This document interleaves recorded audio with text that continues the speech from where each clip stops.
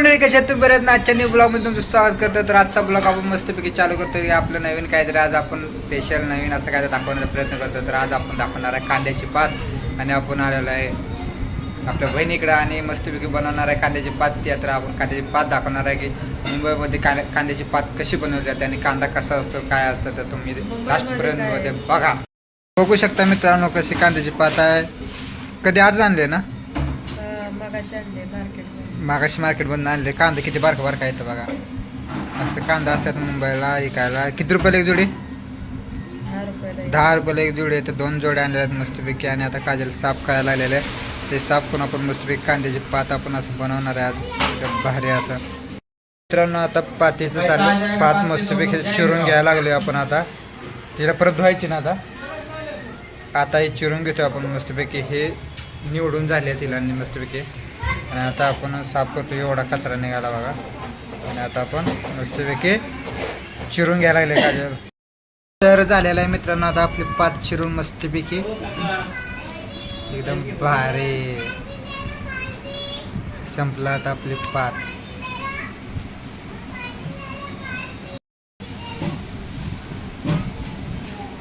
आता आपण एक असं लसूणची कुडी घेतलेली आहे आणि आता एक लसूण असं मस्तपैकी आपण आता सोलून घ्यायचा. मित्रांनो आता तेल गरम टाकलेलं आहे कढईमध्ये. गॅस मस्तपैकी छोटासा केला आहे आणि तेल टाकलेलं आहे. आता तेल जरा गरम होऊन देणार. तर मित्रांनो आता जिरं टाकलेलं मस्तपैकी. गॅस स्लो केला आणि आता जिरं टाकलं. ते बघू शकता आपण घेतलेलं आहे. जिरं, मिरची, कोथिंबीर, लसूण पण टाकला आहे. हे पात धुवून घेतलेले मस्तपैकी. आता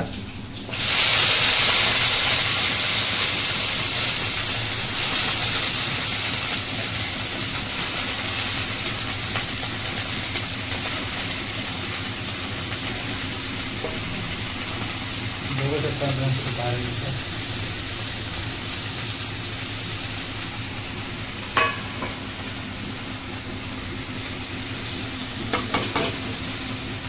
हळद टाकली मित्रांनो. आता वरून त्याला मिक्स करायचं.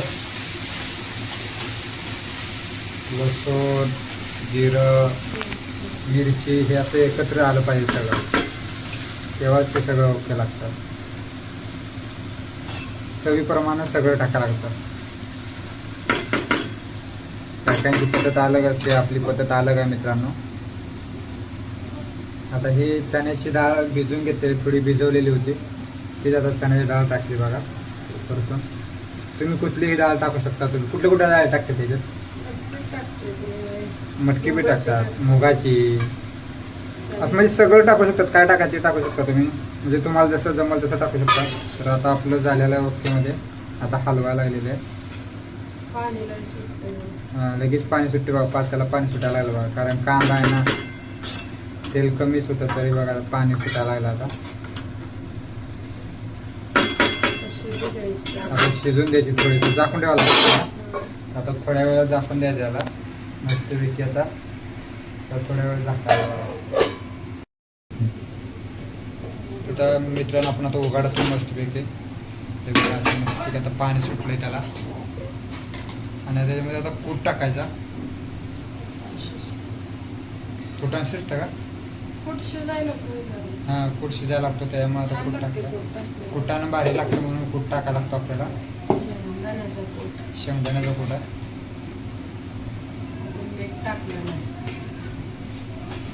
मीठ किती टाकणार? मिठानं पाणी सुटतं म्हणून लवकर मीठ टाकायचं ना मित्रांनो. बघा मिठानं पाणी सुटतं त्याच्यामुळे टाकायचं ना लवकर. हे आरामात करायचं. आता बघा मस्त घटपट चालली. आता दमादमानं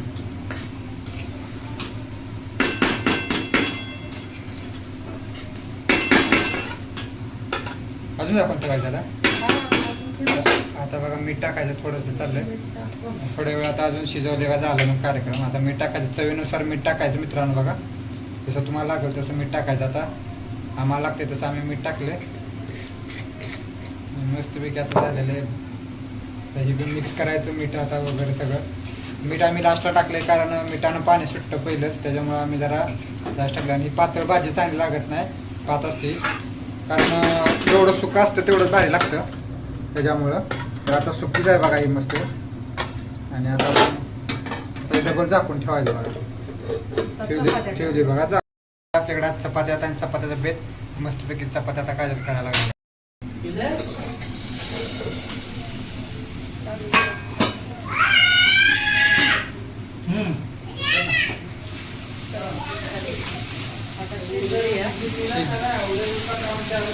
शिजली मित्रांनो. आता भाजी मस्तपैकी थोडीशी लागली आमच्याकडून चपात्या करूच तर ठीक आहे. तेवढीच पाहिजे ना, कडक पाहिजे ना जरा. पाणी सोडतं ना. ऐका नाही पिरिरिरी पिरिरिरी भाजी. अयो लईच भारी. खाऊ का आता? खाऊ. बघा मित्रांनो किती मस्त झाली भाजी. झाला गॅस बंद. झाली भाजी. टिरिरिरी पिरिरिरी. कसं आहे? ऐका नाही वाप एकदम मस्त निघते. आता मित्रांनो आपल्या चॅनलला सबस्क्राईब करा, शेअर करा. अशा नवनवीन भाज्या बनवणारा घरगुती पद्धतीने आपण बनवत असतो तर लाईक करा, शेअर करा, सबस्क्राईब करा.